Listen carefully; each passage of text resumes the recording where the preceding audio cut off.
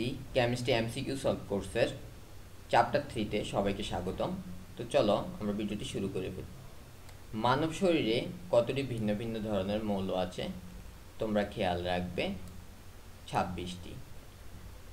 আমাদের শরীরে মোট 26টি ভিন্ন ভিন্ন মৌল আছে।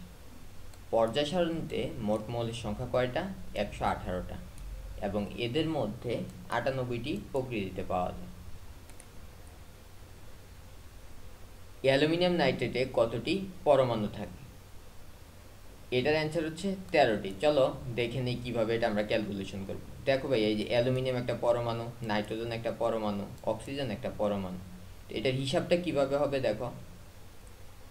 অ্যালুমিনিয়াম আছে কয়টা? একটা, 1 দিলা, তারপর প্লাস দিলা। এই যে এটা দেখো নাইট্রেট যে আছে, এটা কি এটা ফার্স্ট ব্র্যাকেটের মধ্যে আছে। কয়টা আছে নাইট্রেট? 3টা আছে। এই কারণে নাইট্রোজেন কত? 1 একটা আছে, অক্সিজেন কত? 1 ইন্টু কয়টা আছে? 3টা আছে, ঠিক আছে, 3।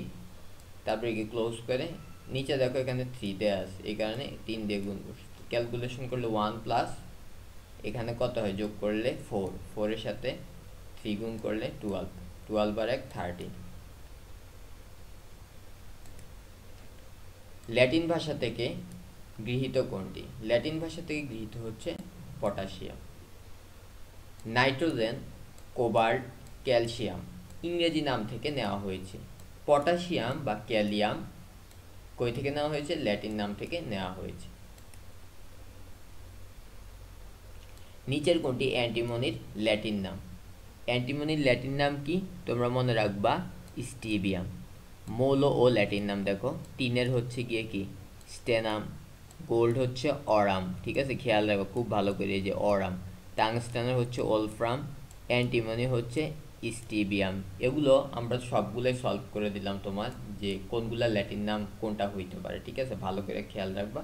এখন ধরো এমসিকিউ এটা দিছে, হয়তো এখান থেকে অন্য একটা দিয়েও দিতে পারে, এই কারণে কম্বিনেশন করে পড়বা। সবসময় নোট করে রাখবা, সব কিছু নোট করে পড়বা, ঠিক আছে। চলো নেক্সট যাচ্ছি, এ নিউট্রন সংখ্যা কত? তাহলে আমরা দেখো এ কি আছে, ভর পারমাণবিক সংখ্যা দিয়ে দিচ্ছে 19, ভর সংখ্যা দিচ্ছে 39, এখানে প্লাস দেওয়া আছে, তার মানে একটা ইলেকট্রন চলে গেছে। ভর সংখ্যা হচ্ছে 39, প্রোটন সংখ্যা 19, নিউট্রন সংখ্যা কত হবে? ভর সংখ্যা বা এখানে একটা মাইনাস চিহ্ন হবে, ভর সংখ্যা মাইনাস প্রোটন সংখ্যা, ঠিক আছে, 39 মাইনাস 19 ইকুয়াল টু হচ্ছে 20টি। খেয়াল রাখবা। বোর পরমাণুর মডেল কত সালে দেওয়া হয়? 1913 সালে। বোর পরমাণুর মডেল অনুসারে কোনটির বর্ণালী ব্যাখ্যা করা যায়? হিলিয়াম প্লাস, ঠিক আছে। বোর পরমাণু মডেল অনুসারে কি ভাইয়া? বোর পরমাণু কিন্তু 1 ইলেকট্রন বিশিষ্ট পরমাণুর বর্ণালী ব্যাখ্যা করছে, ঠিক আছে না, 1 ইলেকট্রন বিশিষ্ট, এটা খেয়াল রাখবা। 1 ইলেকট্রন আসতেছে না, যে 1 ইলেকট্রন বিশিষ্ট পরমাণু ব্যাখ্যা করছে, এটা খেয়াল রাখবে। এই যে দেখো 1913 সালে বিজ্ঞানী নিলস বোর পরমাণুতে একটি মডেল প্রদান করেন। বোর পরমাণুর মডেল অনুসারে 1 ইলেকট্রন বিশিষ্ট পরমাণু হাইড্রোজেন, হিলিয়াম প্লাস এর বর্ণালী ব্যাখ্যা করা যায়, কিন্তু একাধিক ইলেকট্রন বিশিষ্ট পরমাণু ব্যাখ্যা করা যায় না। এটা একটু ভাইয়া দেখাইয়া দেই। হিলিয়াম, ঠিক আছে, দেখো হিলিয়াম কি হইলো ভাইয়া? হিলিয়াম ধরো প্লাস থাকলো, ঠিক আছে, হিলিয়াম প্লাস হইলো, আর এখানে কি হবে? ধরো হিলিয়ামের কত আমার 4, আর এখানে হচ্ছে 2, ঠিক আছে, ভর সংখ্যা তোমার প্রোটন সংখ্যা, এখানে কি পারমাণবিক সংখ্যা, তার প্রোটন সংখ্যা, তাইলে ইলেকট্রন সংখ্যা 1 ইলেকট্রন বিশিষ্ট বলছে, তাইলে কি হবে? যেহেতু প্লাস চিহ্ন আছে, তাহলে ইলেকট্রন আর প্রোটন সংখ্যা কিন্তু এখানে দুইটা, কিন্তু ইলেকট্রন সংখ্যা হবে একটা ইলেকট্রন চলে গেছে, এই কারণে 2 - 1 ইকুয়াল টু 1টি ইলেকট্রন, ঠিক আছে, এই কারণে হিলিয়াম প্লাসেরটা আমরা কাউন্ট করছি, ভালো করে খেয়াল রাখবা।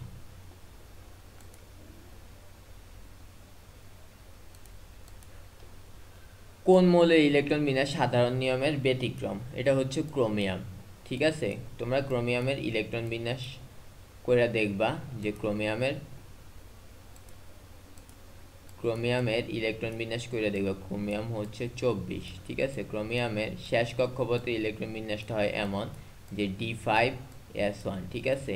D5S1 এবং D10S1 এই দুইটা হচ্ছে অধিক স্থিতিশীল একটা ইলেকট্রনিক কাঠামো, এটা খেয়াল রাখবার।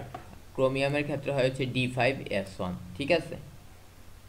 এই কারণে ক্রোমিয়াম হচ্ছে ব্যতিক্রম দেখায়।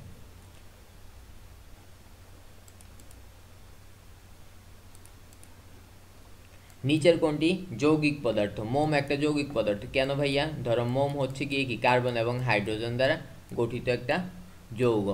লোহা হচ্ছে আয়রন, ঠিক আছে, রূপা, সালফার, এগুলো কি সব মৌল। আর যৌগিক পদার্থ হইতে হলে কি করতে হবে? আমাদের দুইটা মৌল একত্রিত হয়ে ধরো একটা যৌগ ফর্ম করে, এটা বুঝাইছে, ঠিক আছে।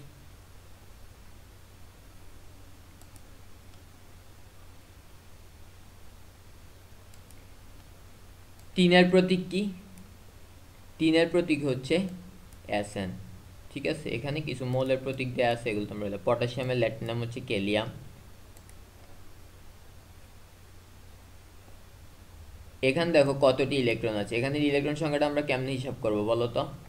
এখানে ইলেকট্রন সংখ্যাটা আমরা এইভাবে হিসাব করব যে পারমাণবিক সংখ্যা আছে, যে পারমাণবিক সংখ্যা থেকে ইলেকট্রন মানে 3টা ইলেকট্রন চলে গেছে, তাইলে 3টা ইলেকট্রন বাদ দিবা।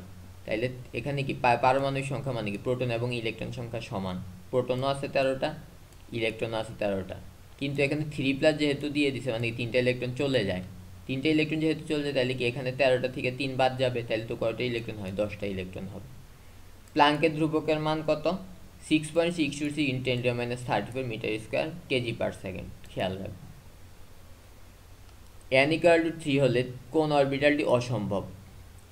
3s 3p 3d সম্ভব, 3f অসম্ভব, ঠিক আছে। মনে রাখবা যেহেতু আমার কি ধরো দেখে দেই যে এখানে এমনি মনে রাখবো n = যেহেতু 3, তাইলে আমার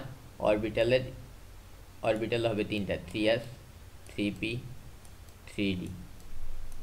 n = যদি ভাইয়া 1 দেই তাহলে শুধু 1s, n = যদি ভাইয়া শুধু 2 দেই তাহলে কি হবে? সবগুলোই দেখাই দিচ্ছি, ঠিক আছে, 2s 2p, ঠিক আছে, এই দুইটাই হবে। কারণ কি n = 2, তাহলে দুইটা অরবিটাল, ঠিক আছে, উপকক্ষপথ বলা। কোর্সটা তোমার কাছে কেমন লাগছে যদি আমাদের পেজে একটা রিভিউ দিতে পারো, ঠিক আছে, বা গ্রুপেও জানাতে পারো, তোমার বন্ধুদেরকে জানাতে পারো, যাতে সবারই উপকার হয়। আমরা চাচ্ছি যে আমাদের প্ল্যাটফর্মটা সবার কাছে পরিচিত হোক, সবাই যাতে শিখতে পারে। তো এটা তোমাদের কাছে ভাইয়া রিকোয়েস্ট থাকবে আর কি। তো চলো ভাইয়া নেক্সট ভিডিওতে দেখি কি আছে। এই যে ভাইয়া দেখো এখানে কি আছে? n = 4, l = 2। একটু ভাইয়া দেখা নেই যে 4, n = 4, আর l এর মান হচ্ছে আমরা 4টা মান জানি, 0 1 2 3। যখন 0 তখন আমরা s, এটা মুখস্থ রাখবা। 1 হচ্ছে p, 2 হচ্ছে d, আর 3 হচ্ছে f। যেহেতু 2 বলছে তাহলে ভাই কি হবে? 4d হবে, ঠিক আছে। চলো অ্যান্সারটা কি হবে?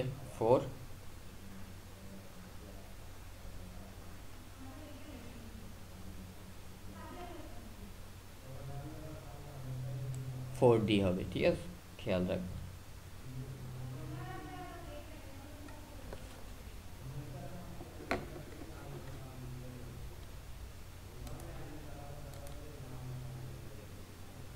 আর এখানে অ্যান্সারটা কি? 3f অরবিটাল অসম্ভব, ঠিক আছে। আর এটার অ্যান্সার তো গেল। এবার দেখো নেক্সট যেটা আসতেছে আমাদের,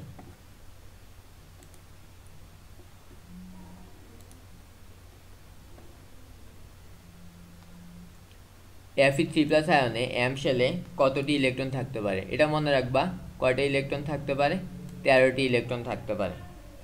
এটা কেন? আয়রনের পারমাণবিক সংখ্যা ইলেকট্রন সংখ্যা হচ্ছে কত? 26টা। ইলেকট্রন বিন্যাস কিন্তু আয়রন পরমাণু 3টি ইলেকট্রন দান করে Fe3+ আয়নে পরিণত হয়। এক্ষেত্রে আয়নের ইলেকট্রন বিন্যাস সর্বশেষ শক্তি স্তরে 4s অরবিটাল থেকে কই থেকে যাবে? শেষ কক্ষপথ থেকে ইলেকট্রন যায় না ভাইয়া, বলো। 4s থেকে চলে গেল কয়টা?